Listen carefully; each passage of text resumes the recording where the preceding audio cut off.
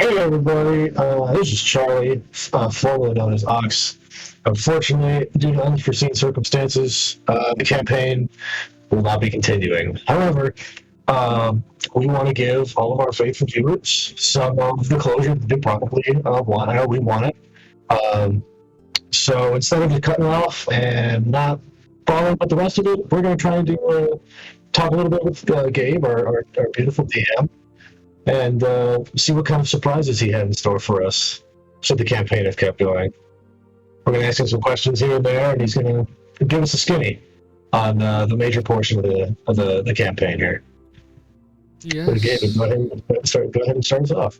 Oh yeah, I do want to say real quick, the campaign may be coming to an end, and the grandiose story that came with it isn't happening, but the characters that you've come to know and love, specifically Auderon, Muzz, Ladorna, and maybe Silver, if we can, will still get some mini-series on Polymyth Untold where we get to finish off their story. So I won't be talking specifically to major arcs of those, specifically the ones I'm going to run. So rest assured, we still will get closure for many of our characters, but this is all mainly about things that have already happened, things that were going to happen in terms of the Dizagreeables campaign as a whole. And NPCs. Yes, the ones that I can say. Some of them I actually already have ideas for in the miniseries, so keep that in mind. Okay. But if you ask a question that I can't answer, I'll just tell you that. But I think the majority of them I'll be able to answer. Music's still working all good. Everybody can be heard. Just want to make sure everything's all set. Okay. I'm just going to go through each of you one at a time, and then we'll just keep repeating, and then I'll talk about some of the major things. So I guess first question from Adrian. Okay, let me get my list. I had it in like an actual notebook, so I had to get my notebook. Oh. Who are the cloakers? Cloakers. So the Cloakers are a member of a faction within Aelva, a worldwide faction. Well, technically, it's the Twilight Cloakers, which is a faction within Aelva, although it's worldwide. Many of the sects of it across the world don't actually interact with each other. It's more of a banner name. The Twilight Cloakers are a group of people who secretly work against corrupt politicians and evildoers. They're kind of behind the scenes trying to stop bad things from happening. So they sound like the CIA. No, because they're technically, a lot of governments don't like the Twilight Cloakers because they see them as a threat. I see. So they're not concerned. They don't belong to any like one body of government. They're just like their own thing, pushing their own agenda. Yeah. There's a bunch of different like groups of them that come up, and then they fall under the banner of Twilight Cloakers. See. Yeah, they take up the banner, so it's possible in campaign 2 you'll find Twilight Cloakers, and they probably won't know anything about the ones from this campaign. Oh.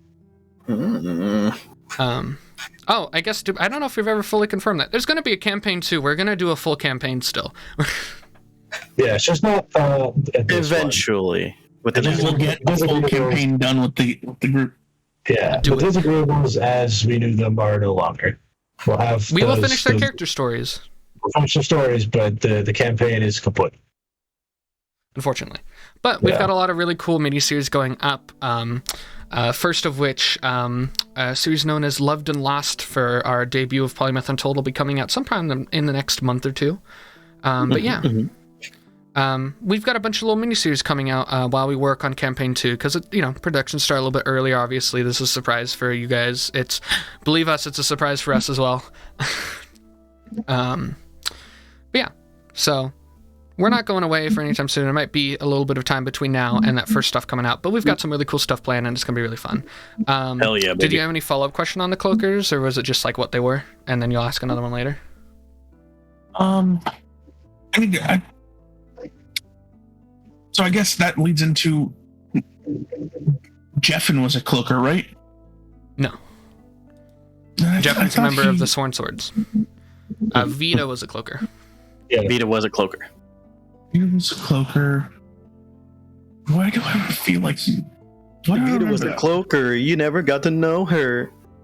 Oh, and if you guys are wondering, from left to right on the screen, that's Jeffin, Terry, Haley, and Robin, the art up there for y'all. Oh, okay. Wait, no. So then, I guess the follow-up question I have is, why was his mental building? Why did it involve the Twilight Cloaks? Did his mental building involve the Twilight Cloaks? Where did it do that? His mental space. Where did it involve it? When we went there was I don't have the exact notes, or like in my notes, it doesn't say exactly. It just says something about the Twilight Cloaks. From one of his memories, I think we talked to one of his versions of himself in his brain, and I think they mentioned that. Honestly, I'm not sure. I don't remember that. There was no plan to him be connected to the Twilight Cloakers. I would assume it's probably an offhand thing that I said about him knowing a Twilight Cloaker. That could be it. It just, because all I have is, it just says the Twilight Cloaks, a family of revolutionaries who target corruption. No. Yeah, you probably heard that. It's possible because I think there had been mention about them before. Maybe you asked one of the Jeffins if they knew what that was, and that was their response. That's possible. Because he definitely knew of them, like that's for sure. But he wasn't a member of them, and he wasn't like close to a named member of them that I know of. May I ask about Jeffin's Mind Palace, considering we're probably never going back there? Are we going? Almost scared. Yeah. Sure. I guess Jordan, what's your question? Yeah. I was going to ask what exactly was going to be at the end of his mind, and what exactly would we be fighting? At the very end, hold up, let me pull up his document.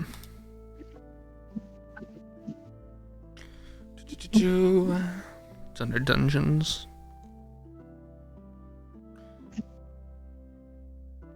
So what I'll say is, the main goal of it was each of the rooms was based on a strong emotion or memory he had. First kill room was based on his fears from the first time he fought a monster. He didn't actually fight a white dragon, you probably realized that. Instead, he fought kobolds, and he was worried that there would be a dragon there because he was younger, he was a kid. And so his memories exacerbated it to being a white dragon. Let's see, the very end, though. Yeah, okay, so the way that it worked, let's see. Did I mention them differently? Yeah, they're underlined? Yeah, okay, hold up. I'm kind of reliving how I planned this out. So essentially, you guys were going to be able to go through rooms. So I made like a big old cognitive mind map of Jeffin that essentially went through. I connected any and all thoughts that he had. So like every room had an opening to multiple other rooms, kind of thing, that were connected. And so the idea was you guys were going to go through his memories, and you had to find 3 memories that were related to the thing in his head. The 3 rooms that you guys had to go to was the betrayal room, the best kill room, and new family room. In each of those rooms, betrayal was going to tell you about his past, the biggest betrayal he's ever felt. Best kill is the situation where he killed a beholder. Whoa. Nice. And new family was you guys were going to have to fight shadow versions of yourselves. Oh, because we're his new family. I see. That would be cool. That would be cute. And then you said his biggest betrayal, huh? Yeah, did you want to know what that... Do you guys... actually, I won't say anything yet, because Jeffin is probably going to be in one or multiple of the follow-ups. Can I ask one thing? Yeah. Was it Ox? His biggest betrayal was not Ox. That's actually in... That is one of his memories, though. I think it's... Is it this one? No, it's not that one. Is it this one?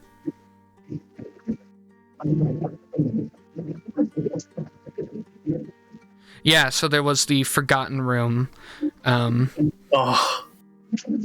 was the Forgotten Room that was all about him feeling forgotten by everyone he's met.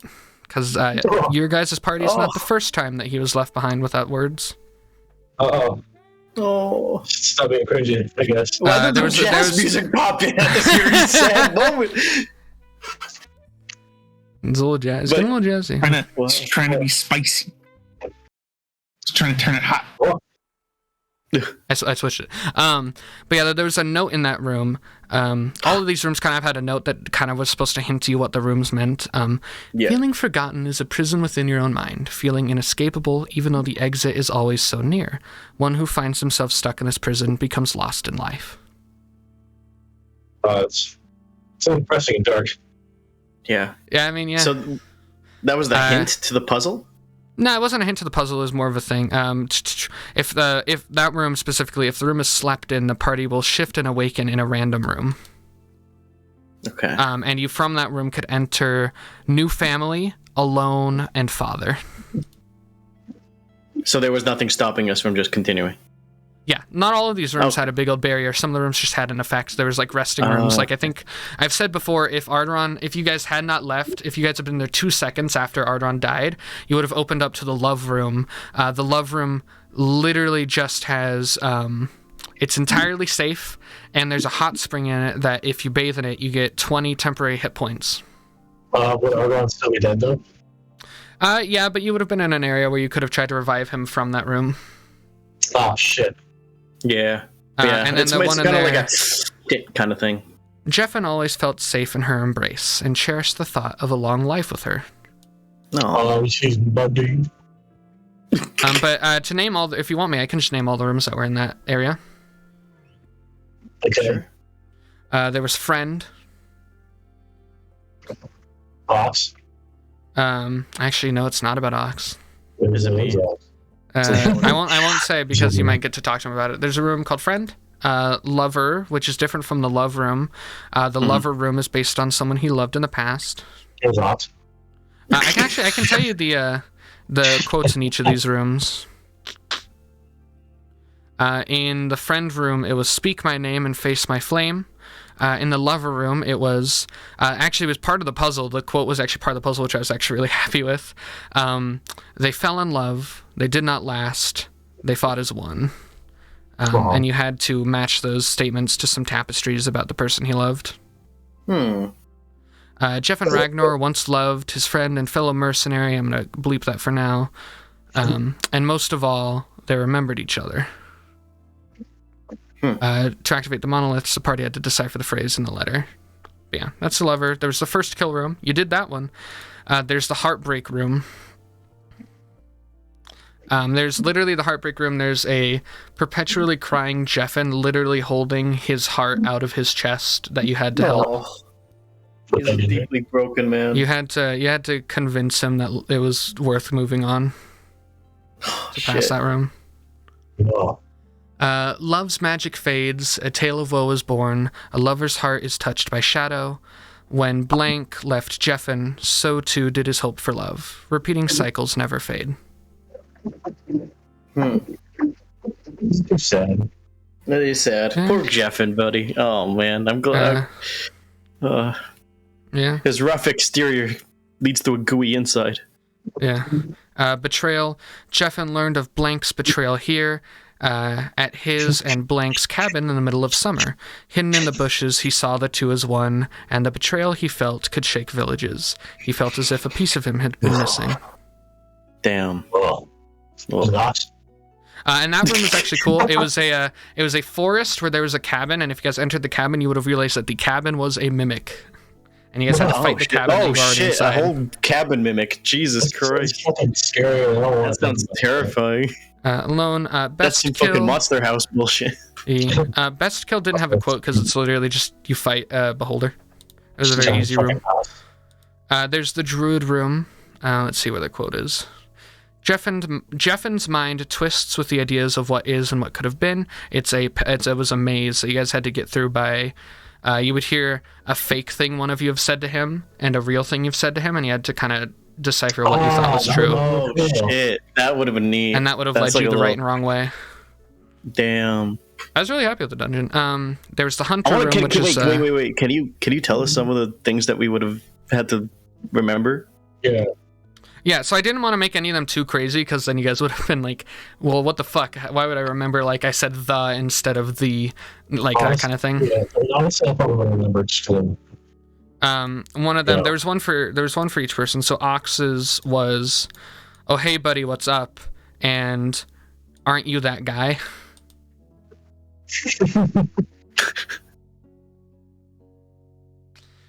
Which one would you have chosen? Am I going to guess?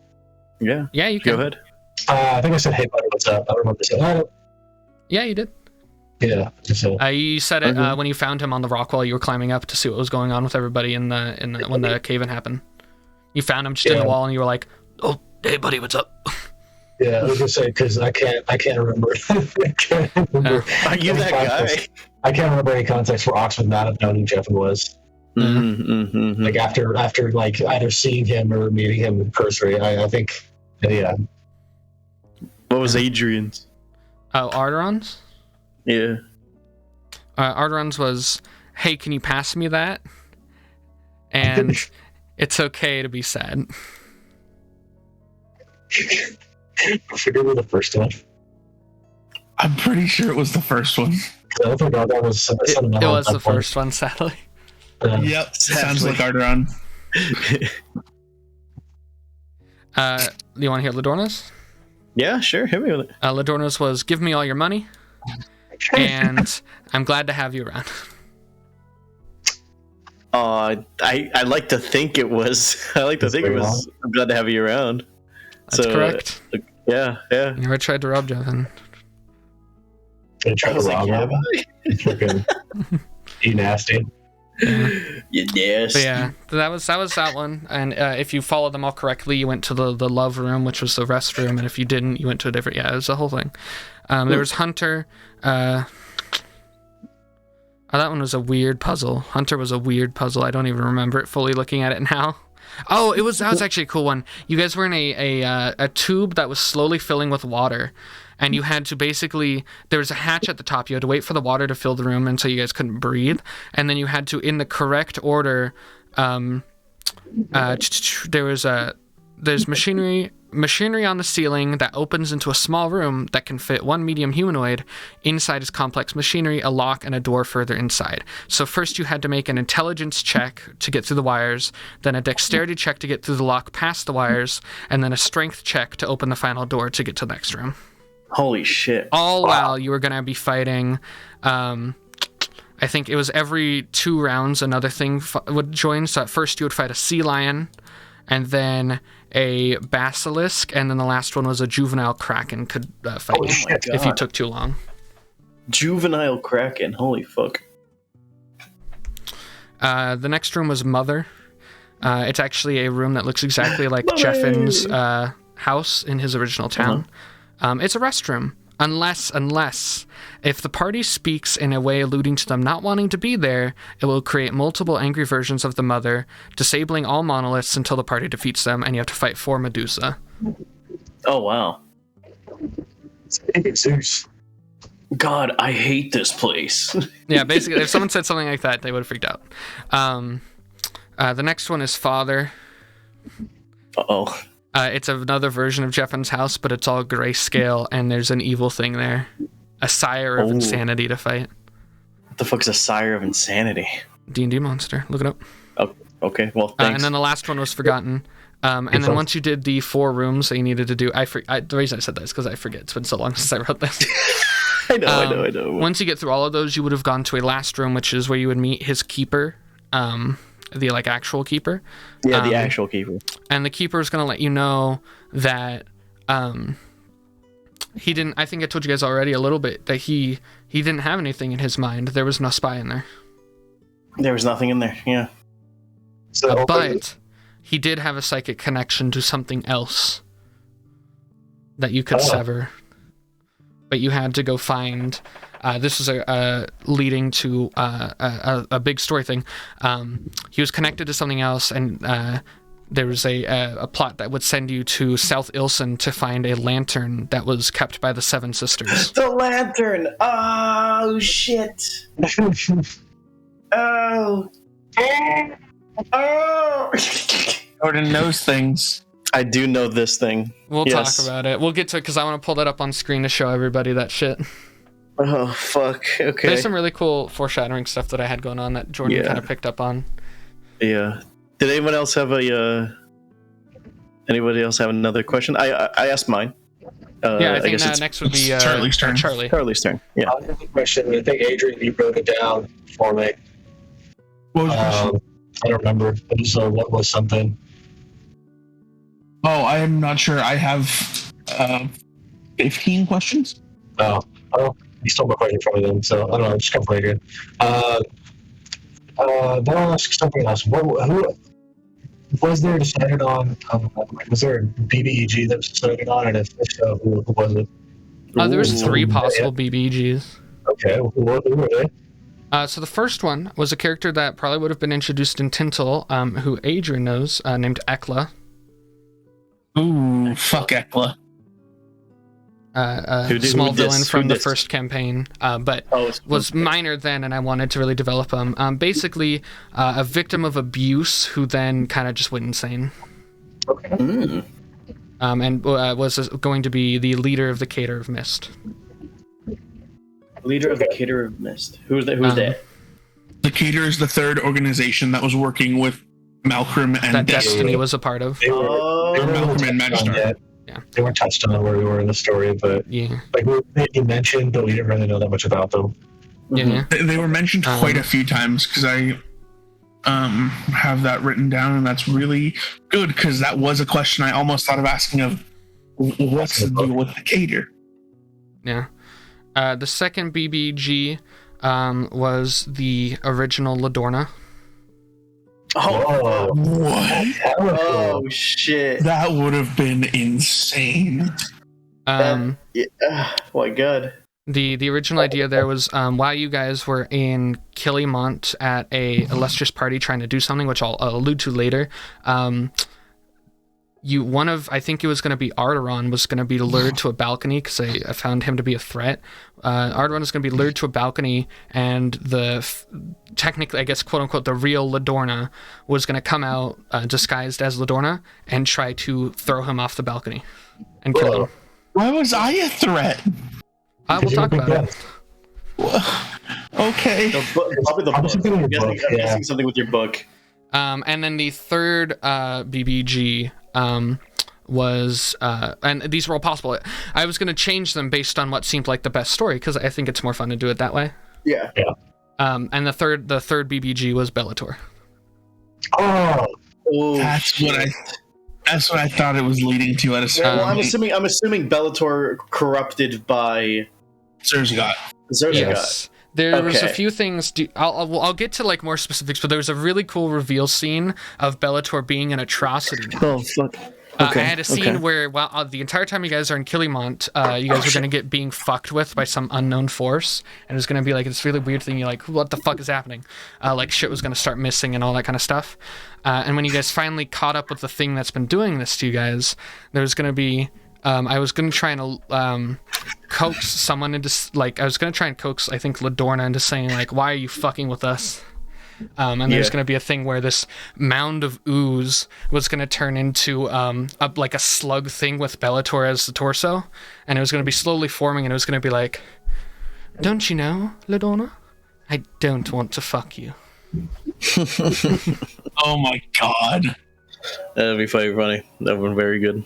And there was a whole thing where Bellator was going to kill either Jeffin or Robin.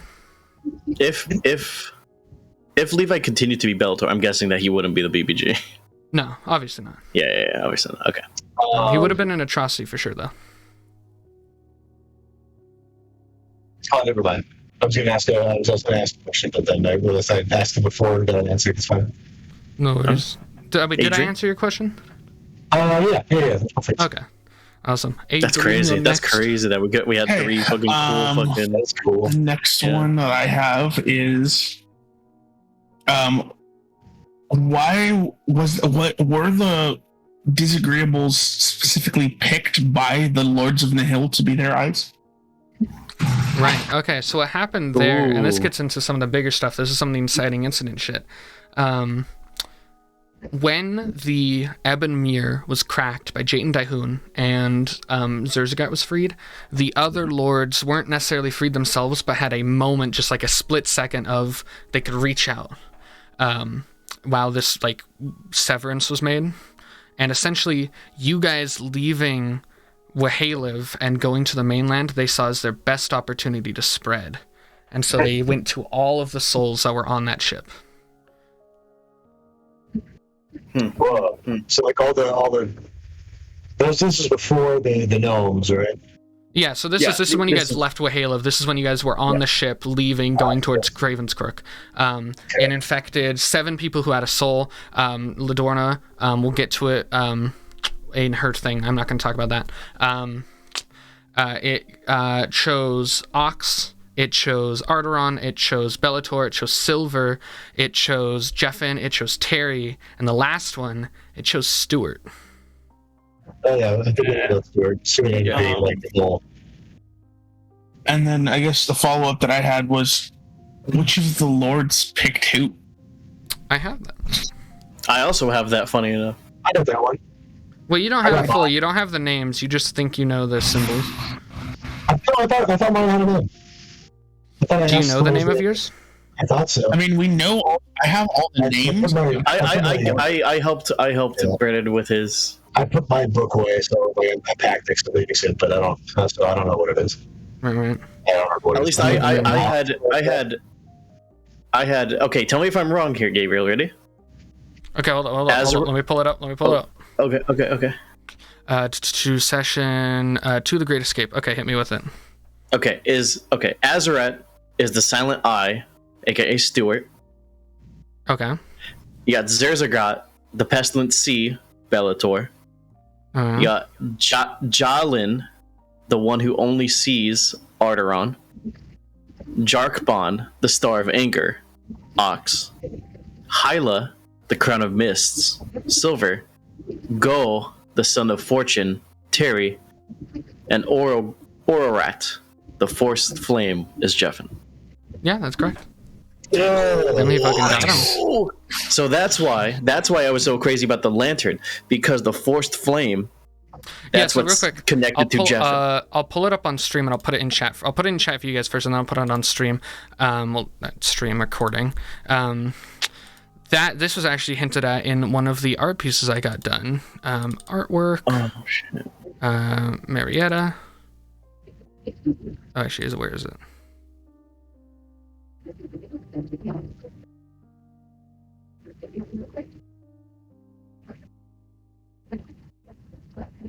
Yeah, there you go. That's the main chat, yeah. La-di-da-di-da. Here we are.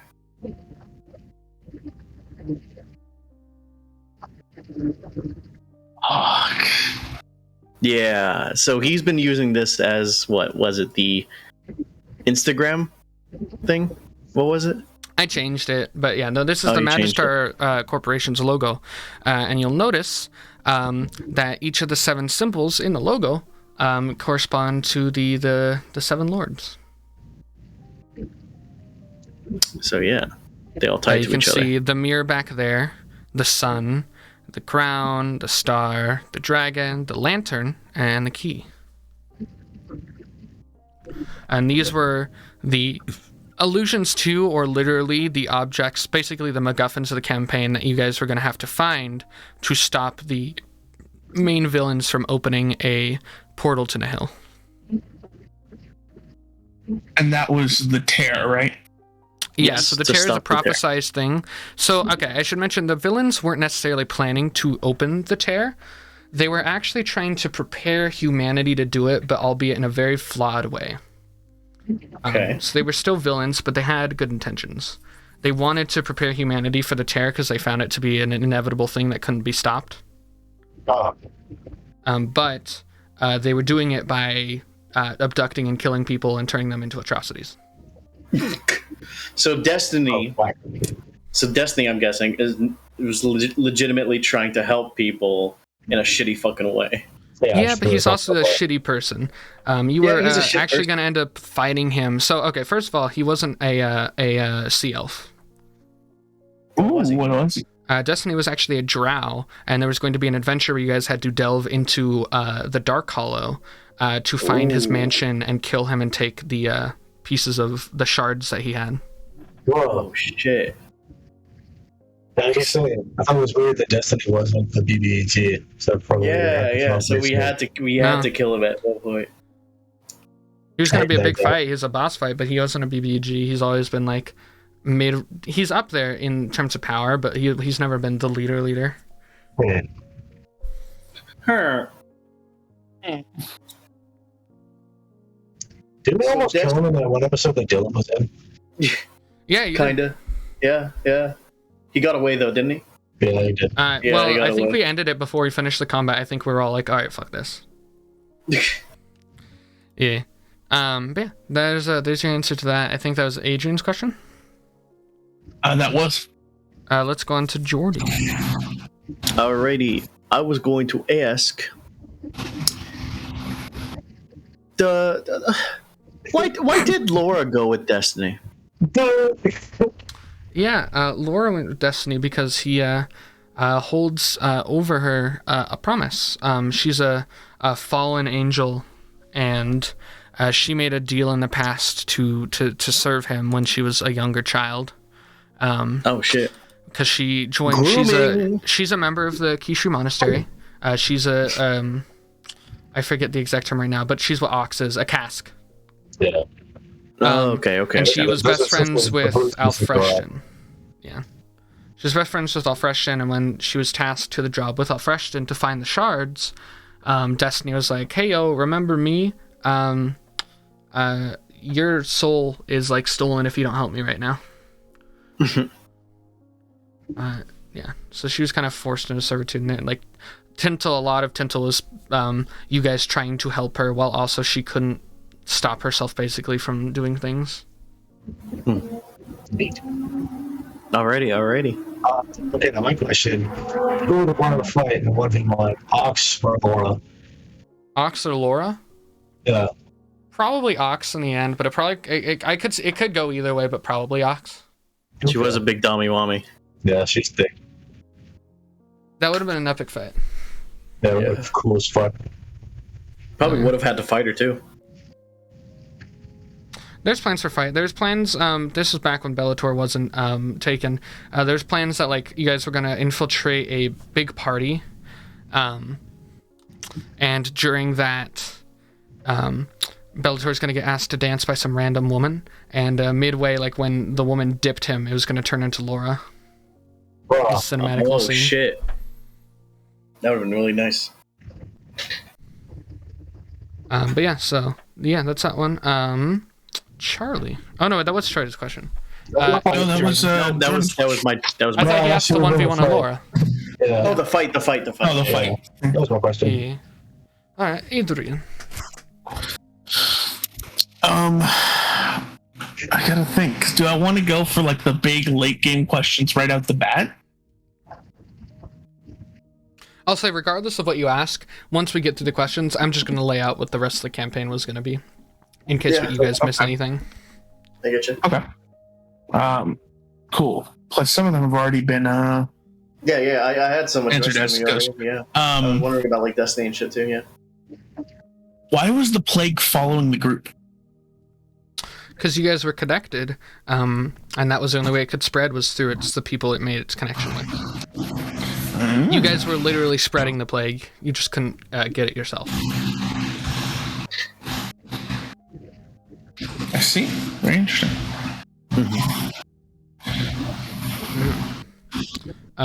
Jordan. I was actually going to ask a little smaller question. Okay. About Golden Town and my boy Doran. Yeah. What was the could Doran have brought back Robin? Yeah, if you guys had killed Dizagreeables, which was the end of that arc, then the effect over her from having the plague would have ended and she would have been out of her coma. Whoa. Us killing Dizagreeables, how would we have killed Dizagreeables? So that was the thing about the archipelago.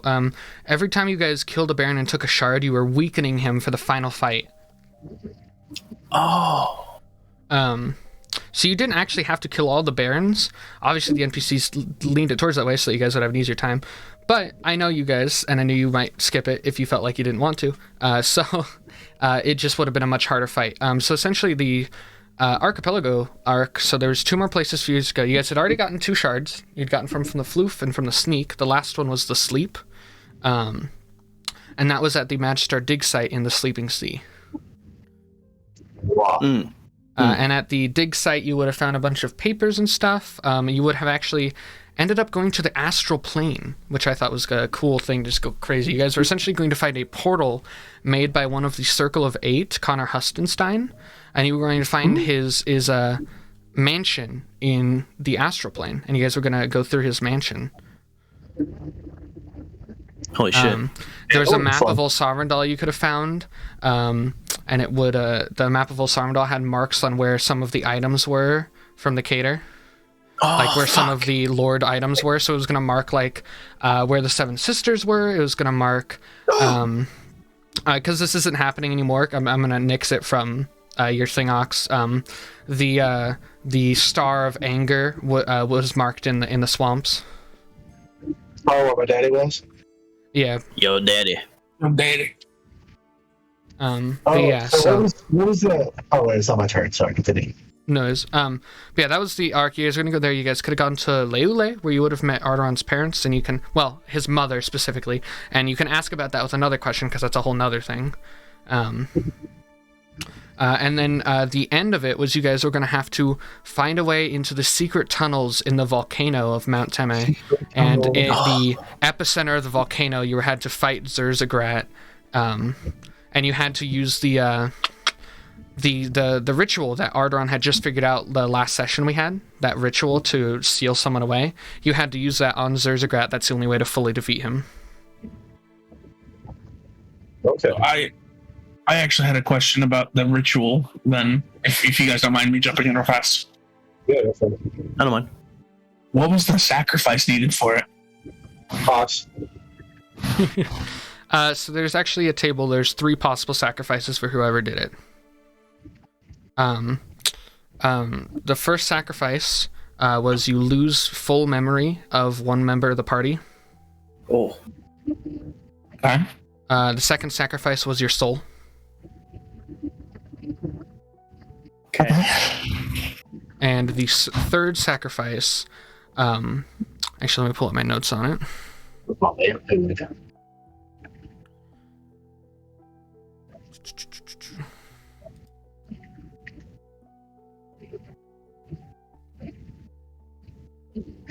Oh, the third sacrifice was permanently losing a limb Oh. that could not be regrown back by magic. Hey. And you would have rolled a d6 to find out which one you had. Could it have been replaced with a prosthetic? The missing them. Yeah, you could have done a prosthetic, but you couldn't just regrow it fully. Okay. Wait. Why'd you say D6? Because it's 3 options. D4 wouldn't work, Yeah. so it's 1 and 2 is the first option, 3, 4 is the second option. Yeah. Oh, okay. Yeah, so that was the sacrifice. You would have sealed away Zurzagrat, which also would have freed Bellator from his thing. Unless you fucked it up. The second, I'll say now, when you made the breakthrough, you had the option of 2 things. The other one you could have figured out instead of the ritual you got. The second one was how to make an atrocity. Whoa. And I was going to accidentally lead you guys into turning a major NPC into an atrocity, and basically really, like, yeah, it was going to be fucked up. So I'm glad you guys didn't choose that path. I tried to, like, edge it so it seemed like a lesser path. But yeah, if you had chosen to go that path, it would have I wouldn't have said outright you make an atrocity. It would have said how to protect someone is to turn their soul into that of an aberration. And you had to kill someone and revive them in a certain way. And I think Shaquille was going to offer to do it. And then you guys were going to turn Shaquille into this awful ooze monster who constantly felt pain and wanted to be put down. Oh. Well, it's a good thing Shaquille was connected to the tree. Yeah. I have a question. Why did everyone hate Shaquille? I didn't. I don't know. She just didn't like us. No, specifically. Yeah, well, yeah, she just didn't. She was on the island. It was Proton and I think maybe Corinth who didn't like Shaquille. Yeah. Yeah. That's wild. Yeah. Well, anyways. Yeah, that's that thing. Who asked the last question? It started with Jordan. Jordan. And then Okay, so Oh yeah, it's Charlie now. I asked about the island and island, yeah. bringing back Robin. Yeah, I asked about that. Yeah, the dig site would have been cool because it would have revealed that one of the members of the Circle 8 was alive, and that was a plot point, which you had to go to him. Oh shit! Which one? Abjarson The one Myers who's was mentioned- still alive. Wait, what? Who was Abjarson? He's the founder of the School of Abjuration. Yeah, he was. You read on the pillar about him. The one of them was hidden high in the tallest mountain, and you would have found him on the top of Mount Abjar. You got a mountain named after him? Fuck. Yeah. Man's got a city dedicated to him. I want a mountain named after me. Should we? No, we shouldn't. Okay. But, Actually, no, we can. No, we can. We'll do that while we're here. So I realized that you, LNL stuff, some stuff happened related to Arteron, and we sent a message to Corinth. But since that's no longer canon, let's just say that we gave it to Arteron. We'll tell him here today what that message was. Okay. Oh no. And then he's gonna have to. We'll do just that. mute the We'll do stream. that in a little bit. Yeah. No, we can. They can hear that too. Okay. Or yeah, Okay. we'll tell him after actually because Ellen hasn't come out yet. We'll figure it out. Anyway, that'll be the after. Charlie, what's your question? don't remember. Sorry. You don't got no questions in your brain? I had one, and then I forgot it because it wasn't my turn. No worries. Do you want me to keep going, and then if you remember it, we'll circle back? You said there was going to be a boon that we were going to get after Ox's thing. Ox, like the end of Ox's main part of Ox's story. What was that boon? I actually can't say fully because it would reveal what we're going to do for your thing. Oh, So I technically I could tell you, but then it would kind of spoil what we're going to be doing. okay. Well, then, Okay. and whatever then. Go No, ahead. I don't mean to shut down your question, but that would literally I would just tell you what your story is. You would have had actually I can be kind of vague about it. You would have had numerous allies, and I won't say to what degree and what about that. Oh, I see. Okay, cool. Do I get overwhelmed in the Minotaur army? I can't say anything. This is a series we're gonna do. I definitely do. Charlie just wants to know now. 100%. It's 100%. I become the chieftain of the fucking thingy. Godhood. Let's go. Okay, next question. Maybe this phrasing is the best way of going of like asking us. It's just the way that I came to my brain. What does the inscription on Nora's grave mean? It was warning you about her involvement. Okay, so that kind of gets into Arteron's story a little bit more. But I guess, yes, I have to reveal some of your story here tonight because we can't cover it because it crosses so many stones. What I'll say is your series will 100% be at the prison. So everything that's not a part of that, I'll reveal to you now. Let's go. So I can tell you about your parents, and I can tell you a secret that Nora didn't really want you to know, that you were supposed to learn before the prison. You are also an atrocity. Everyone's an atrocity. All atrocities. It's all atrocities. Oops, all atrocities. No, do you want? Okay. Do you want? Do you guys want to do the Arteron dump? I'm down. I don't mind. Yeah, if Charlie's cool with it, I want to do it. Yeah, but Okay, so I'll tell you the stuff that you would know going into your miniseries. So in Lulele, you would meet your mother, Miss Glandra Amaya. And the first thing you would notice when you meet her is that she's blind. And you would learn that... She's like me. You would learn that... Okay, I guess this goes back to I have to tell you the secret first. The secret that Nora didn't necessarily want you to find out, but was prepared for. When Arteron was a baby, he was not given to Nora. Oh. He was stolen by her. Oh shit. At that time, the head warden of the prison had his family visiting, and in a moment of juvenile anger, she stole the child. Why would Nora want you to go back? I guess we'll find out when we play, right? Oh, you're right. That's crazy. But Arteron was stolen from his parents. Damn, Arteron, you kind of like a thieved baby. And he was presumed dead for a while from his parents. His mother is blind because she went to a hag, and she said that she never wanted to see another day without her son, and so the hag blinded her. Damn. She didn't get anything from that. She didn't get anything from that. That was not even a monkey's paw. That was just straight up just monkey. Sometimes hags just don't give a shit. Sometimes they just fuck you. That's fucked. What's she gonna do? Oh, his mom's like a third level cleric. That's crazy that she's still like a general even though she's blind. No, she's not general. No, she's not the general. His father is. Oh, the father of my. I will say something crazy, Gabe.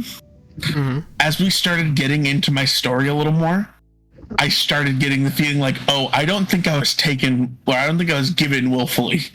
There you go. Just from the way that his parents his father reacted when he messaged him.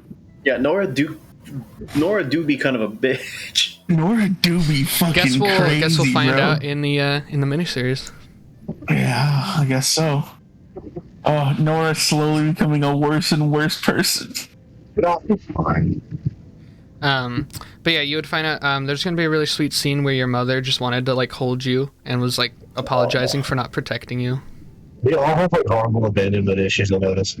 Yeah, it's a theme that really, I didn't even know that I had abandonment issues. Yeah, That's true. stressed upon you. it's I mean, you weren't even. I mean, Arteron wasn't necessarily abandoned. no, but he's got stolen. parents, I guess I should say. Yeah. Yeah, no, so yeah, that's a thing that was going to happen. And then your father, after you were stolen, he lost faith in the system because they couldn't find you or what they thought might be your body, and he joined the Twilight Cloaks, and he became a general for them in Tintle. And he was actually the one who sent Jate and Daihoon to destroy the Ebon Mirror. Oh. Because it was going to be revealed that the Twilight Cloaks are fully against the Magistars, and they were going to be your guys' ally. You're cool. Hey, hopefully we're not upset about the fact that we killed Jake. We're never gonna get to do that scene. That fucks me up. Yeah, the scene where they like literally look at Ladorna and be like, no, it's another scene. I had a Vita scene that we're never gonna get to do. That sucks. I'm gonna say it right now because it's one of the coolest scenes. I was actually gonna ask about Vita, but we'll wait after until Arteron and everything. I had a scene. Ox and Vita had been building up a friendship. Yeah. I wanted a scene, and I think I was actually going to do it today if we had played. There was going to be a scene where she's drunk, and she was going to walk him through her life and how her mother left, and then her father started to basically neglect her because he got too into the studies of trying to find out what happened and bring her back. And she got almost fully forgotten. She was going to tell you a story about how she ran away for 6 months and came home, and the dad thought that she just moved out, even though she was only like 12. And then when she turned 15, all of her mother's crimes went to her, and she went to jail for over 10 years. She got all that debt. She made friends in prison. They made an escape plan, and then she was left behind during the escape plan. They used her as the bait, and they didn't come back for her. And then she joined the Twilight Cloaks, and even when she was captured by Destiny in Doton, and when she'd been in captivity for a month, no one from the Twilight Cloaks came looking for her. And she was going to have a scene with Ox where she was going to tell him all that, and then she was in a drunken stupor was going to beg him to say that she was a broken person, because if he couldn't say that, it meant that it was her fault that everyone leaves her. Oh, fuck. No. I just brought up that really trauma feeling like again, Ladorna and believing her. Bios are bad parents. Shut up. Hold on now. Fuck. I know I can't ask the question. But why the fuck did Ladorna leave? Why? Guess we'll have to figure that out in your miniseries. Yeah, I would avoid most main questions about your character's big story. Will Vita be in any of the stories? What's up? Will Vita be in any of our thingies? If you guys invited her to adventure with you further. I would have. Ox like For Vita. sure. Ladorna definitely would have, yeah. Ox like Vita. We'll talk about them. We'll figure out the roster beforehand for these ones. What'd you say? So the door wouldn't have been there yet. Yeah. Very true. Just not hang around with Fender. Yeah, no, you're right. But I will say during LNL, Ladorna has really shown that she has been very sad that she left Vita That's fair. and wondering about her past and who the fuck she was. too late, and I don't think you're being genuine, so... That's a hefty reference. But yeah, no, that was that's a scene that I've been planning with Vita for fucking ever. But I had to build up rapport with Ox before she could do it. But yeah, that was gonna be a cool one. Anyway, Jordan, your question next. Oh fuck, man. God damn it! I was gonna ask about Vita, but I feel like that whole thing's just been opened up. He'll come back. You don't have to ask any questions about it. We'll figure it out. All right. What about Magistar? Considering we're just nixing all of Magistar, right? What was the deal with them other than trying to help out the entire what was their end goal? Yeah, what was their end goal? Why were they looking for Ladorna? She's cute. I really wish that I. Gabe, you can't do that to me. Come on, you said you're getting rid of Magistar. No, I know. It's just, yeah, it sucks because I got to figure out how I'm gonna end your story, because really the true ending of your story was supposed to be when you went to Magistar, when you went to Killimont. Yeah. So. Do you want me to tell you the big things that were gonna happen? Give me the rundown. Hold on. What are the reasons that we can't do that besides like Proton and whatnot? Well, that's what I'm thinking. That's kind of in my head. I'm wondering, should we try and do that? I would be down. Yeah, honestly, Let's do that. Let's do that. Fuck it. You just like wave Proton evil, whatever he shows up, you kill him, and be fine. Also, you can edit this out. No, I mean, I'm not gonna. I'll just say that he's not there. We're just not gonna say anything about it. He's just not there. Okay. I'm okay with that. Yeah, we'll figure that out. So come up with a question, Jordan.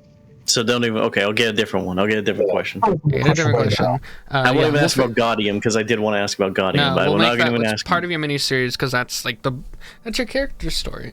So let's put any character specific things. Okay. Other than NPCs, you can ask about some NPCs. Let me ask about Elfreshen. What's up with Elfreshen? Over in Tintle, if we went to go, it seems like he wasn't in any trouble at all, right? Elfreshen? Right.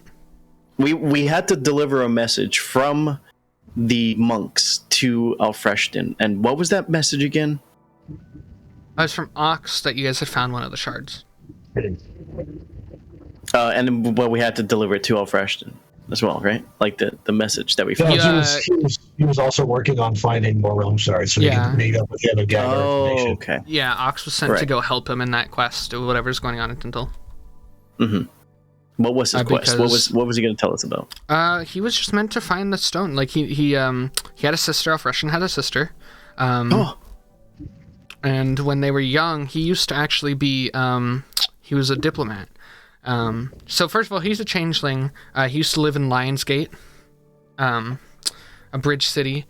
He met a very kind Furbolg man who kind of taught him the ropes to like diplomacy, and that's actually when that Furbolg man left and never came back to the city. That's the form that Elfreshen decided would be his main form as a changeling. Oh wow.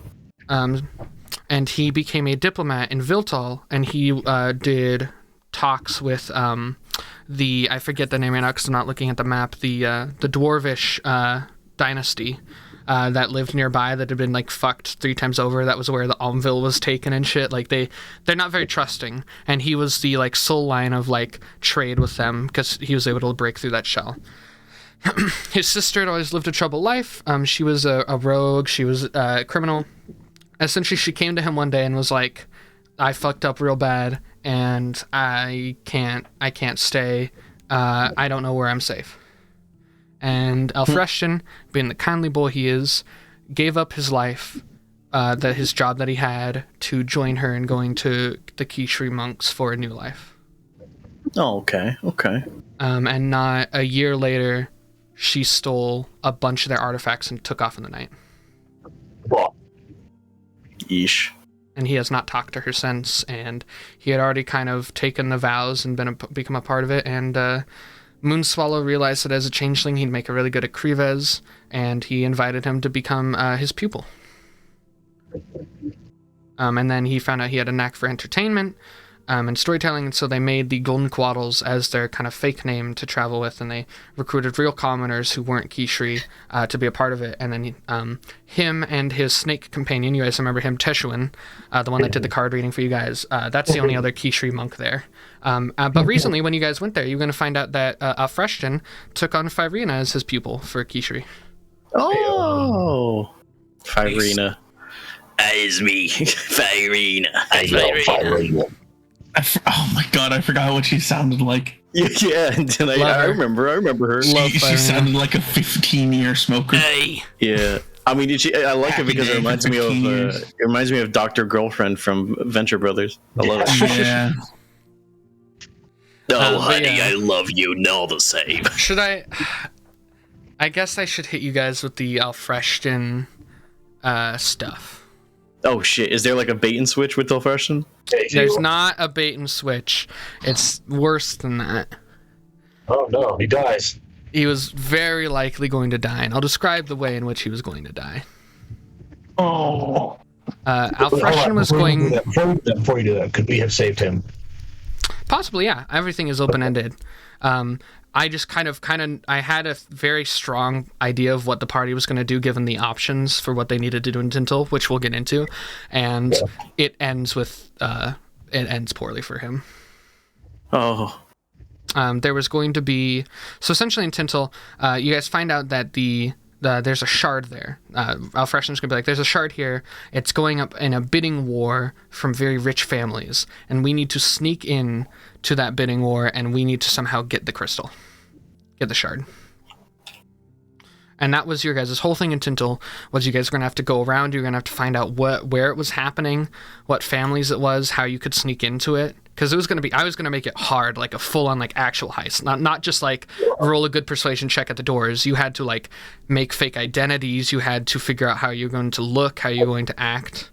I was gonna do full heist mode, because I thought that would be fun. All that on top of the stuff we talked about for Ox with his mother. And essentially. One of the nights, the Golden Quaddles were gonna have a little party, little hangout vibe, just like in the forest near Tintle. And there's gonna be a scene where Alfreshton talked to, I don't know who, probably whoever was like ready, whatever character seemed the most apt for a little deep talk. Probably one of you three, honestly. Yeah. I can't say I didn't have anyone in particular plan though. It was just whoever seemed like the good person to have this happen with. Right. And he was going to talk a little bit about his belief as a follower of the Veil Father. He was going to talk a little bit about how him and the people in the caravan view life and death. And he was going to just talk to you guys a little bit about his beliefs and how you should always treat people with kindness and that kind of stuff, all of just Alfreshton's beliefs. And then he was going to say that because you guys were entering a dangerous situation, that... and some of the members of the caravan have died, by the way. When you guys got there, you're going to find out that some of the tieflings had died, some of the humans had died. It's not been great. Nah. Yeah, you didn't know a ton of them. No, I was saying about the humans. I'm like, humans. It's fine. The druid bitch stayed in Hindale. She decided not to travel with them anymore. Okay, thank Christ. Oh, God. Bella, where she go? Yeah, she just decided to stay. No, why did you bitch go? Oh, that was the one that was kept who being would like, get mad if you did anything to "Don't plants. hurt the trees." Oh, she's one of those bitches. I see you. Yeah. But yeah, he was going to talk about when people die, that their energy stays, and the concept that when people that he knows, when good people die, he believes that they go to the stars. When they re-enter the wheel, you can see their soul going upward into the sky, and he was going to point out a meteorite happening at the time and say that that's probably some of them. And the better person they were, the brighter they shined. And that was his belief. When you guys did the heist, clearly it's going to go wrong because I'm an asshole. Unless you guys made it to go right, but it was going to be very hard to do that. Knowing our luck, it would go incredibly wrong. If it went wrong, Mr. Magstar was going to be there. And he was essentially going to try and get the higher-ups, the officials of Tintel, leaders of Friesmania as a whole, the other, like, just people that he was going to try and turn them against you and make you, like, a public enemy to, like a lot of the world, because it was a big meeting between a lot of very fancy people from all of, like, Killimont, from Thattier, all that kind of stuff. He was essentially going to try and get people to just, like, kill you then and there and make you guys enemy number one of the world. Mm-hmm. Frame you guys as villains that wanted to take these for nefarious means, these shards. You're fucking villains. And he was gonna say something along the lines of fucking that. Who would stand for these people? And Alfreshton was gonna stand from his seat. And him and the Golden Quaddles were going to make a distraction so that you guys could escape through a backup plan of Teshuans to go through a portal to the Feywild. Oh, fuck. Like, fully get the fuck out of Dodge of the material plane. And there was going to be a moment where, I won't say who because it might come up in Ladorna's thing, someone was going to cast Power Word Kill on one of you guys during this fight. And it was going to be shown that Alfreshton had used his invisibility to get between the caster and the receiver of the spell. No! Counterspell. Someone could have. It could have been avoidable. It could totally be avoidable. You guys could have pulled a hooting on me. But there's going to be... he was going to get hurt, and then he was going to accidentally go through the portal with you guys, dying in the Feywild. And there's going to be a scene where I assumed some people would be sad if he died. Yeah. And I was going to do a thing where he was going to tell you guys something along the lines of, like... don't frown. I don't want the last thing I see is my friends sad. Oh, my heart. God, that actually that kind of got me. Oh my god. And then your guys' I think it was the third night in the Feywild, you guys are going to notice a massive gold colored meteor in the sky. Oh shit. God damn. That's God damn, Gabe. See, it's so sad. I hate that. What combat? God damn it. And fucking, like, I just know for a fact that if we were to have done that, if he were to have said that, Ladorna would have definitely thrown a party for the motherfucker. And No that's probably fucking where I would have sadness. made the meteorite go. Yeah, it's all about happiness when someone dies, especially for him. So you gotta fucking celebrate that shit, baby. Oh, hey, Welcome, BC. Hey, we're recording right now, just so you know. You can be here, it's totally fine. We're talking about all of the plot points of the campaign, for the wrap-up video of the campaign. Yeah, we decided today that it's done.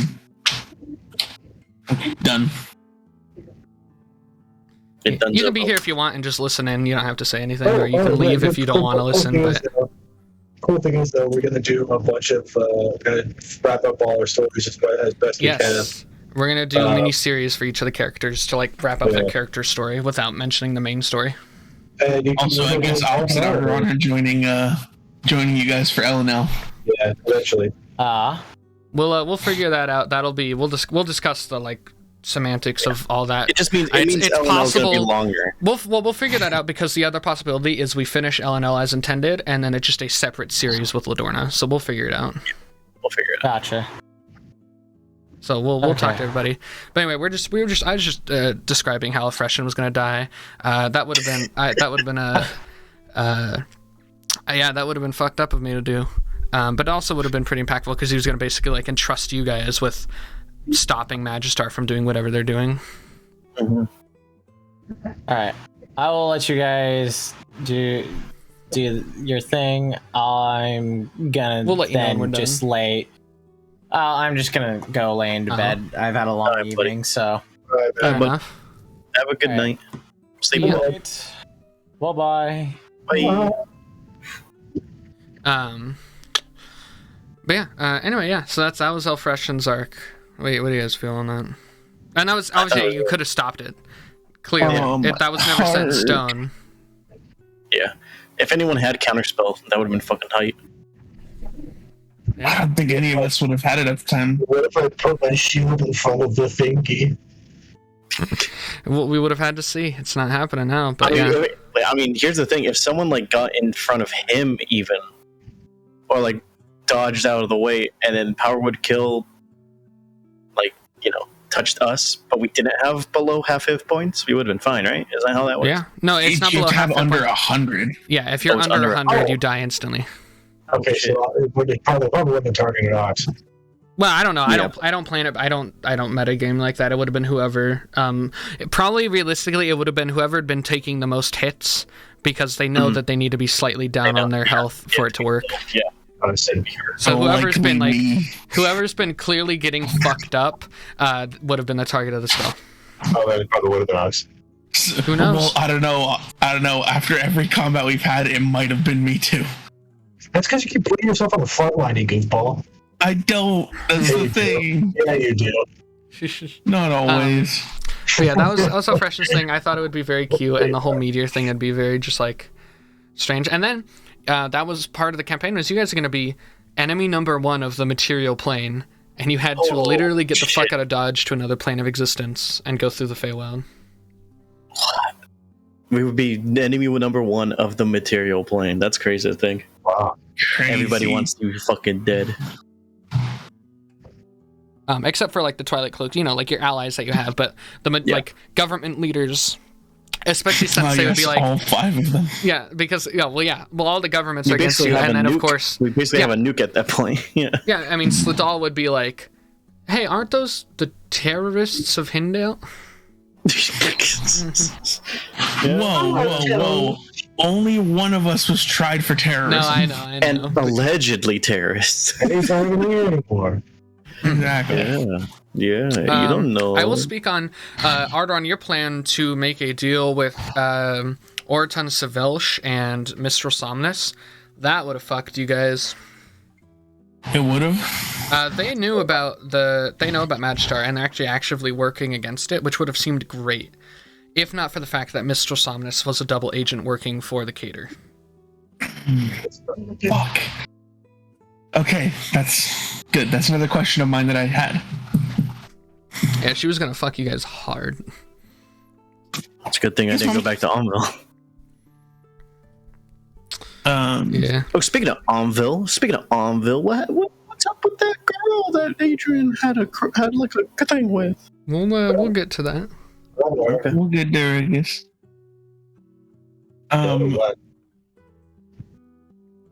I say, Charlie, you got any questions? Or Jordan, you got any more questions? Yeah, I'm asking about Amaryllis now. Oh. I think you can't, though. It's part of the story. Yeah. Plus, you kind of already know. Right. I know. What? Nothing. Anyway. You motherfuckers. But Jordan has fucked everything I'll up tell you later. For one of our characters and for both of our characters. Okay. Oh, hold No, on. he doesn't know stuff box. This one he knows for we'll get to it. I just don't want to. Okay. You fucking killed one of my monk friends. That wasn't on purpose. I thought you meant he had information on you guys. Yeah. No. Yeah. Not on purpose. But yeah, we'll get to that. But more questions. Hit me with more.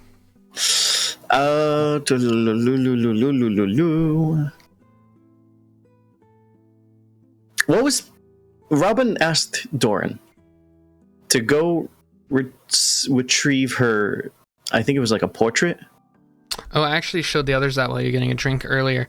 If you went to a Haylive, you would have gone to Bellator's house and you would have found two things. First of all, there's a sad little fucking nod to make you sad. There was going to be a toy wooden knife, not knife, but like a wooden sword on a wall, and there's going to be a little note from Bellator's little sister that's like, for you to protect me and Mom. And then if you went into Robin's room, you would have found that she had a half-finished painting of the whole Sanctus family that she wanted you to retrieve so she could finish. Oh. It just like, I have to finish this, and it's like really shittily done. Like she doesn't. Yeah, I mean, yeah. The faces, they're like shitty doodles. I think I had written like a successful investigation check would realize that the quality is not the highest, but like. That's the thing, she's in a situation where she doesn't know if she's going to die day to day, and she just wanted to get, like, her final family's portrait done. That would have been really nice. Man. Would she have said yes if Doran proposed to her? Yeah. Wait, so yes, if Vox proposed to her? No. What if I roll really, really well? You're too old for her. What? Oh. You're an old boy. He's a young man for Demetars. For Demetars? Yeah. She's like 45. Also, isn't Doran also pretty fucking old? Yeah. He's a few hundred years old. Yeah. Ox is only 58. Because Doran hung out with Silver. I don't know. I don't think Robin and Ox had that connection. They did not. Yeah, that's true. I just wanted to. I think she would have been like, "What?" But like, what if I rolled really well for like charisma? You should think about it. Yeah. I don't know. Persuasion for me only goes so far. If you're like trying to basically make them break their belief system, yeah, okay. Or like try to make them feel a way that they simply just wouldn't feel. Like if you tried to like, yeah, but Alfreshen, just killing people in the streets isn't that bad. I don't think I would have let anything. Really, just convince him, you're right, friend. Listen, I'm not going to insult it. I don't think marrying Ox is comparable to Alfreshen killing people and like killing innocent people. I guess we'll never know what would have happened. I think you're being a little hasty there with that analogy. Hasty. Be a little harsh. Hasty. No, we're hasty now. Yeah, I guess that was my question. Do you have anything else, Charlie? No. Adrian? Oh, actually, yeah. Sorry, hold on. What was, if Ox were to have gone to the Nine Hells and did what fucking Dick Bagney wanted him to do, what would have happened? I guess we'll find out in your miniseries. We can't, though. We can't go to Nine Hells and also hit Hillsdale. We'll find out. Come up and be upset with you. Okay, but that's my question. Go ahead, Adrian. What was the deal with the Society of Luminosity? I'll be right back. What? I said, what was the deal with the Society of Luminosity? Oh yeah, that was leading into a plot thing that'll probably go into campaign 2. They wanted to break free of Slidal, and they wanted to make it a fully mage-born society. There was going to be a whole... Well, you guys kind of went over Almville super fast, so we didn't get to it. There's going to be a plot line where Almville became a floating city that travels. And just run by its own... a mageocracy. I see. Howl's Moving Castle. Basically, kind of, and it was going to have the power to teleport across the world, and it travels to seek knowledge and new people. Oh wait, no! What am I talking about? This is literally fucking Castlevania. It is kind of, yeah. It is, except it's a whole city. Yeah, it's a whole city, not just a tower. God, I love Castlevania. Go watch Castlevania on Netflix right now. Sorry. Sponsored. Netflix sponsored us. Go watch Castlevania, then come back, finish this video. Yeah, finish this video now and you then watch need Castlevania. all of Castlevania to get the context of this conversation. Understand? Yeah, you have to. Yeah. But yeah, that was what was going on with the Society of Luminosity. They're just a new group. Okay. So they were actually good intentioned people. It's arguable if good intention. It's a moral dilemma. I put a lot of moral dilemmas. Yeah, they're breaking free of it all, but they're also kind of forcing all the people that already live in Almville to now travel with them. That's true.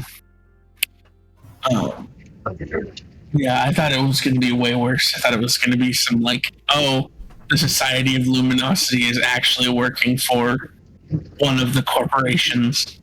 Nah. Or one of the big entities that we're fighting against. Nah. Okay, I got a real question. What was those fucking Fey people that attacked the monk outpost? I actually can't say anything on that if we end up doing a silver miniseries. So I might come back to you on that if that can't. Ooh. It's fucking 3 questions in a row. I know, I'm sorry. Bastard.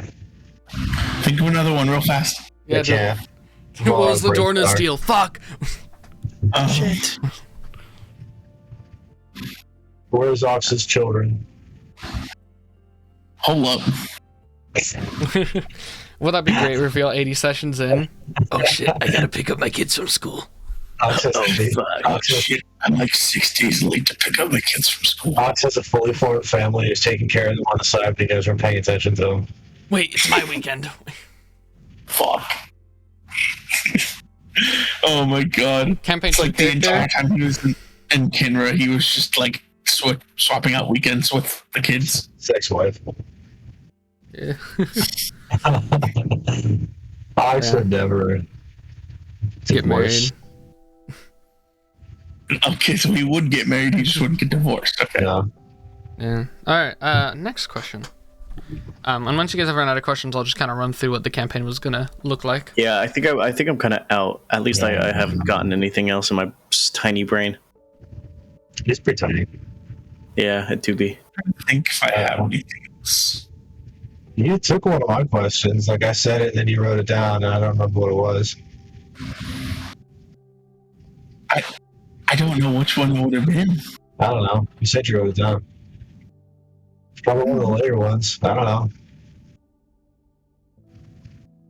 We'll go through your questions then. Which ones you got left?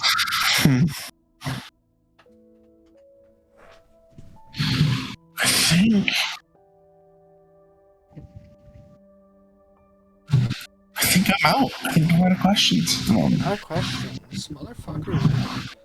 I know. I'm so. How's your preparing this? I guess let's get into the campaign then. Bro, I'm Archipelago. dummy head. What do you expect? Anyways, if more come up as I talk, we can stop and go to them. Archipelago goes through. You guys sealed Dizagreeables. You guys were going to be contacted by Emperor Gertran's young daughter, not Lucy. I forget her name. I literally forget her name. She was gonna come up and basically give you guys a boon of allyship because she was gonna be like, "Hey, yo, you cured the plague." Very nice. Hey, yo. Yeah, if you killed Dizagreeables, the islands are gonna go back to normal. Unfortunately, everyone that got plagued was still dead. Can't reverse death. No, maybe you can though. Well, not their souls were brought to a plane outside of the realm space. Would their souls be brought back and put into the wheel of reincarnation or just fully gone? I think they're fully gone, yeah. I think when a soul enters Nihil, they're fully gone. Nihil's basically just the far realm. Let's see. Yeah, it's fully outside of the loop, so they're fully cut off. Well, that's nice. Yeah, it's a rough one. You guys were then gonna hopefully go to Tintel, because that was your guys' plan. Go to Tintel, do the stuff with Alfreshton, do the heist, goes well, maybe doesn't. Ox figures out how he's gonna do stuff with his mom. And then you guys have to make a break to the Feywild. Not going to say a ton on the Feywild. Okay. Because it might come up in someone's miniseries. So I won't speak to the Feywild, but you're going to eventually leave the Feywild, and the next place you're going to be put towards, but obviously you could have chosen anywhere. The next place you're going to be hinted towards was going to be Killimont. And again, I'm not going to say much about it because I might come up in someone's miniseries. But the essential was you're going to find out that the Cater was working with Magistar. I won't talk about what Magistar was up to, but I can talk about the part that's cut out.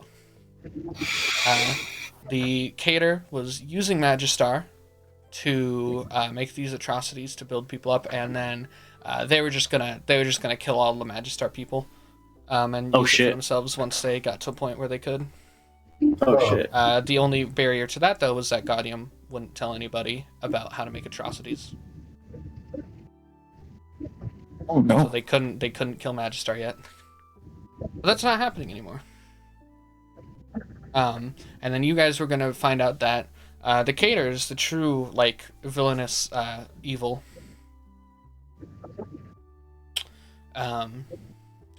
And you guys are going to be sent to find the pieces of the lords, the artifacts that they've been trapped in. You're going to have to travel far and wide, doing your guys' personal stories along the way, and that would have eventually led you down to a city of aboleths in Dark Hollow, where you would have fought Destiny in his mansion, and then you would have fought the Jelowit, the one that you didn't fight in Doton, was going to have traveled there, and you were going to have to kill them now. Because they have a shard. Was the whole thing. They had a shard with them. Fuck. Yeah. Okay. So you would have had to hunt them down and kill multiple aboleths at once. Big goofy. Yeah. But yeah, you're gonna have to do that, and then there was going to be you're gonna realize that you got bedazzled by someone who said that they were Twilight Cloak but wasn't, and you are going to kind of be tricked into giving the Cater some of the pieces, and they were going to start the process of the tear was going to begin happening, and they were going to start making their preparations, which meant that they were going to try and bring down the Klax barrier. Whoa. Oh, fuck. I fucking knew that was going to come into the story eventually. Those dragons going to be out and proud, like me. Not actually. The big reveal was going to be that the whole story of the barrier is a lie. The 8 did create the barrier, but they did not create it to protect people from the outside. They created it solely as a punishment for people on the inside. General Volix was a member of the Circle of 8 who created a school of magic called Nilhomancy, which was then they decided too powerful, and they kicked him out, and he started his own shit. He discovered a realm stone that he made a staff with the help of an elven inventor. He then began to wage war. So he found the stone, and he used the power. Do we know who the elven? Sorry. Do we know who the elven inventor is? Nora. Oh, right. Yeah. Gabe, did he find the realm stone, or did he find a realm shard? No, a realm shard is a realm stone is broken into a realm shard. So he originally had a full stone, like a reality bending thing. Fuck. The 8 found out about it. They came and they fought him, and they broke it into 8 pieces. And then they did the ritual to create the barrier. But they didn't create the barrier to stop the war. They did it to punish Volix.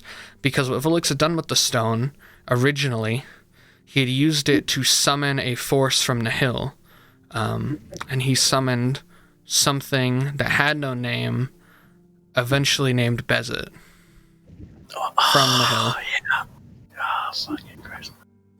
And he used it to gain knowledge. He used it to basically be omnipotent in the war and get advice. And then the Circle of 8 stole the Realm Stone and broke it, essentially trapping the entity within in a place that couldn't be reached. It wasn't possible anymore. They permanently trapped it without knowing away.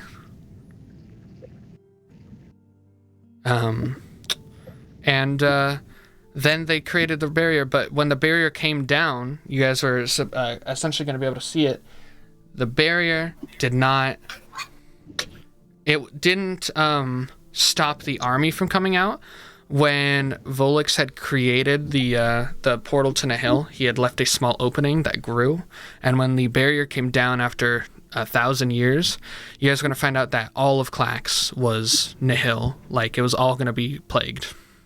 Whoa. But to a much worse 1,000 years of it level. Oh my god. Shit. You guys were going to find a society of innocent people who had been destroyed by it. There was a boss you were going to fight that was a baby that had turned into this crazy monstrosity. That sucks. A baby? That's scary. That was going to be a crazy arc, and you guys were basically on a race with the Cater to find all the pieces, put them together, and decide what to do with the tear. Because if you had all the, because the lords were created afterward by Volix. The Bezit is the only thing that was originally from Nihil. All of the lords were like fake creations of Nihil used from Bezit. Ladonna got a terrible entity inside her. Yeah. And with all of those things together, they were able to, if you get all of the pieces of the shards together, you could put the stone back together and you could warp reality, because that's what the stones were. They were originally used by primordials to try and offend the gods. Like, there's some powerful things, the realm stone. And you guys were going to find out, I think, in Killimont, that realm stones are very powerful.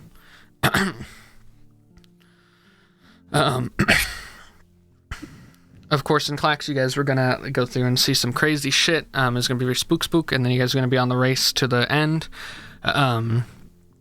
If you guys had it, then you would have fought the BBG.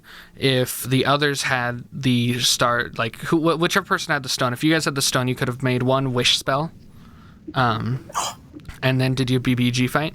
And if they had the stone, they were going to summon a Nihil creature into whichever BBG was at the time, and you were going to fight the stat block of a greater Starspawn emissary. Fucking Christ. It's a crazy-ass creature that starts off looking like a normal person. It looks like a normal person, it's just super powerful. When you reduce it to 0 hit points, it goes to phase 2 with like 400 HP and some crazy attacks. Like, it's a crazy enemy. That's fucking insane, dude. And that was going to be the final battle. Was basically an entire session of that. And then the next episode was going to be an epilogue of your characters and what they did after saving the world. Or if we didn't save the world.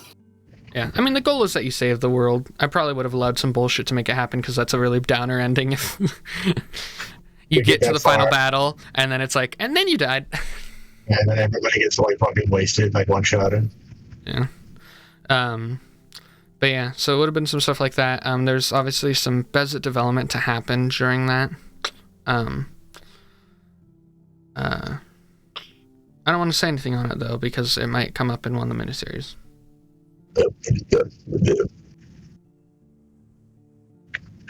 Fuck, man, that would have been so cool. Yeah. And that was the campaign. So what does the wish spell do? You can do anything. You can just make a wish. Anything at all. Oh, so what if I was like, what if I said, what if Ox used the wish spell and said, I wish I was invincible for 10 days? You'd be invincible for 10 days. And then I'd just be able to fucking, I just never take it. You could literally wish for almighty power. Whoa. Yeah, you could say, I wish I was a god. Yeah, now do keep in mind, Wish does have, whenever you cast a spell, there is a table you have to roll and it has some effects. Wow. So if you do cast it and you don't do great with your roll, and it's not like a spell effect you're doing, you can just straight up never be able to cast it again. Mm-hmm. It's a very powerful spell, but it comes with some like bullshit with it. Not bullshit, but it comes with some like drawbacks. Sacrifices. Yeah. So if you cast it, you're invincible for 10 days. But if you rolled poorly on the table, it might be like you're invincible for 10 days. But when those 10 days are up, you're going to drop to 0 HP with 2 failed death saves. Okay. That kind of thing. When you cast a spell, it can siphon your life energy. When you cast a spell, it can fuck with you. I don't have the table. I didn't make it. Someone else made it. But yeah, there's drawbacks because it is almighty power, and it's one of those things that's like you can't. Personally, I wouldn't just let my players run rampant. I like it having like a drawback. Like you can wish for all your problems to be done, but you might just like sacrifice your character to make it happen. Yeah, Ox would have taken that sacrifice. It'd been like, I wish for almighty power. It's just like, yeah, but when your power's gone, you just die. No, that's fair. That could have been a cool scene. Because it's like a Nihilite stone, I could have done like a thing where it was like the 10 days are up and like some crazy Nihil creatures show up in your mind and they're like, it's time for you to go. And then they fucking rip you apart from limb from limb. I wouldn't do that, but it would be like he has to say goodbye to the group and then he has to go on his own. I could die. Like, goodbye, like I just get dusted. Bye guys, I'm going to college. Yeah, we'll do everybody's character epilogues later, but I did have some plans for some of the epilogues based on what some people might do. Obviously I didn't touch on a lot of the big things that were character oriented. So there's more. Keep in mind there was that. Yeah. Sorry. But yeah, that was the campaign. That was the plan of the campaign.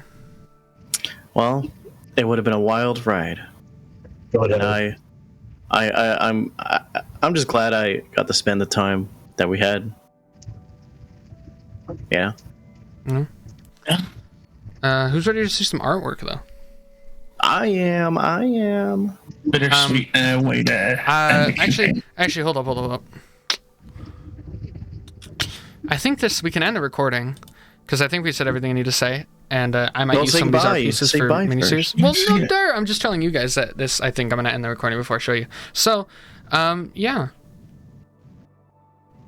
that is what the story of the Dizagreeables would be, but I'm very excited to see what we make it into because it's not gone yet. We still got all of these character stories to finish up. They just might pop up in a different place to solve problems for each other. Yeah, they might pop up in your real daily life. Say you forget your homework, go to school. Ox is watching you through the windows right now. Ox is Santa. Yeah. If you turn around, he's gonna break through the window and smother you.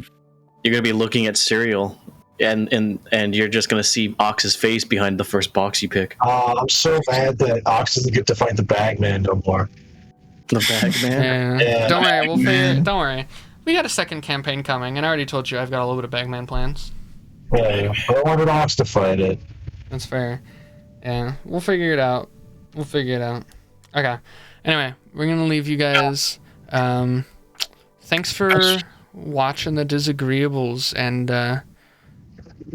I'll finish my thing, then others can say their thing. But thank you for watching, and I'm super excited for what comes next. What's up for you guys? Yeah, like Gabe said, for anyone who's been watching since episode 1, if there's anyone out there, thank you for sticking with us for 60 sessions through ups and downs, and unfortunately this isn't how we wanted the story to end, but the story's not really over yet. So I'll see you again soon. Bye. Thank you so much for watching. I love you. Garbage. But thanks for watching the thing. I hope you guys tune in to the stories, and I hope you tune in to the next campaign and the next one and the next one. Thanks. Love you guys. Bye. Love you. Love you.